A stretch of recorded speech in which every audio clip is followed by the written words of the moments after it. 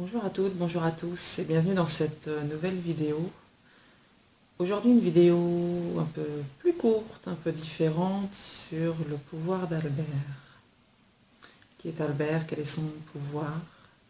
Cette histoire, c'est mon jumeau qui me l'a partagée et je vous la partage aujourd'hui à mon tour. Cette histoire, qui est une histoire vraie, conte celle du pasteur Billy Graham. Pasteur américain, très engagé, très controversé, qui avait pour lui la capacité, si l'on peut dire ça comme ça, d'exprimer assez facilement ses opinions, parfois politiques, ce qui avait pour tendance d'embêter un petit peu la classe catholique et surtout l'Église, car il prenait position, parfois position dérangeante. Notre cher pasteur Billy Graham était ami avec Martin Luther King. Le bien connu, bien célèbre Martin Luther King, pasteur également noir nord-américain dans une Amérique profonde dans les années 30, va se confronter à son histoire, va être soutenu par Billy Graham. Et ce même Billy Graham qui fait le tour d'une Amérique très catholique, très ancrée dans ses valeurs, va rencontrer un jour le jeune Albert. Albert n'est qu'un simple ouvrier agricole, il est passionné par ses animaux, par la terre, il vit simplement. Et Albert est pas très futé, Albert est un peu simplé, mais il est un peu l'idiot du village, dirons-nous comme ça, c'est ainsi qu'il est vu dans la communauté dans laquelle il évolue. Mais il s'en fout, Albert. Il s'en fout parce qu'il vit simplement.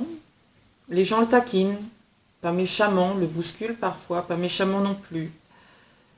Et ça soulève quelques questions dans la communauté. Mais Albert s'en fout. Albert reste lui-même. Il cultive la terre, s'occupe de ses bêtes, va à l'église tous les dimanches. Un rythme de vie calme, sain, serein, à l'image de ce qu'il est, lui. Et un jour, Billy Graham vient rencontrer la congrégation dans la commune où vit Albert. Il remarque très distinctement, très ouvertement, ces gens qui le taquinent de temps en temps. Et lors d'un office du dimanche, va lui demander pourquoi. Il se laisse faire, mais il va lui poser surtout cette question. Qui es-tu pour te laisser faire comme ça? Ce pasteur, Billy Graham, ne voit pas forcément d'une bonne manière que l'on taquine un peu comme ça les gens sur leurs différences. Il s'est battu aux côtés de Martin Luther King pour faire accepter la différence. Alors quand il voit une différence comme ça dans sa congrégation et surtout lorsqu'il voit des gens profiter de cette différence, il semble bon pour lui d'intervenir. Pour lui, c'est normal d'aller au-devant des personnes qui, pour lui, sont en difficulté. Une forme d'ego, me direz-vous, d'un ego peut-être disproportionné. Billy Graham est bien connu pour ça. Il a fait souvent la une pour ses positions politiques, bien souvent, pour ses opinions bien controversées, mais pour son ego, que l'Église a tendance parfois à qualifier de un peu disproportionné, à s'occuper d'un peu trop des affaires de sa congrégation. Cet ego, nous aussi on le connaît, on l'a tous rencontré à un moment dans notre vie, à vouloir prendre position, prendre parti, s'occuper de ce qui ne nous regarde pas. Mais qui sommes-nous pour ça?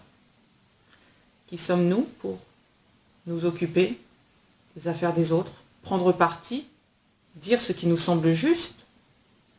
C'est ce qui nous semble juste à nous? Est-ce que cela semble juste aux autres? Et surtout, est-ce que cela semble juste aux personnes concernées? À cette question, qui es-tu pour te laisser faire ainsi, le jeune Albert répondit ceci.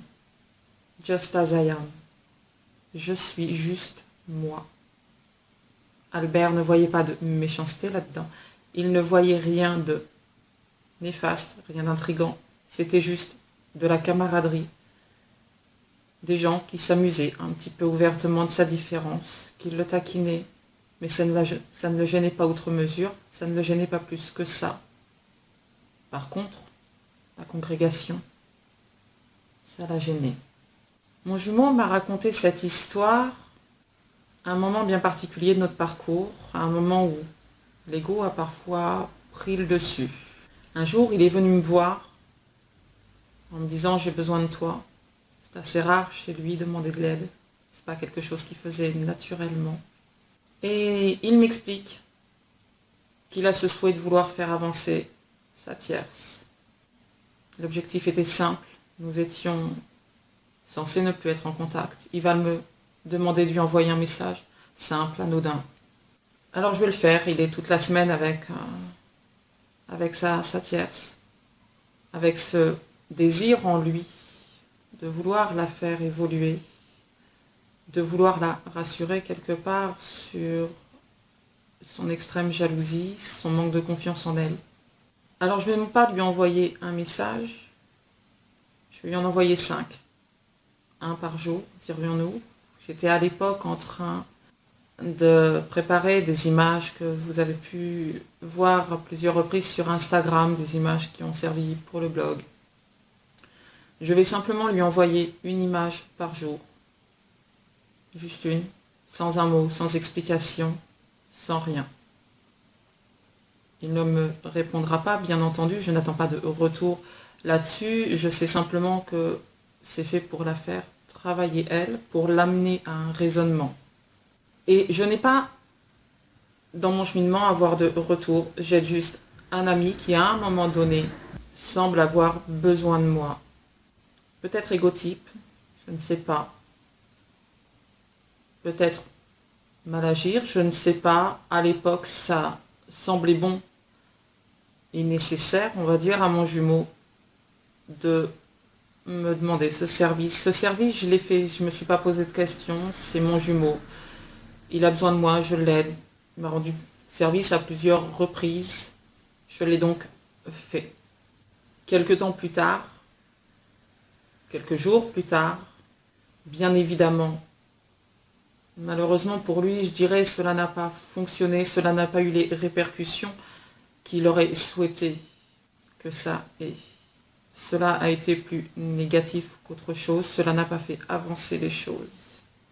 De son point de vue, à lui, l'ego, encore une fois, avait placé sa tierce face à son manque de confiance en elle.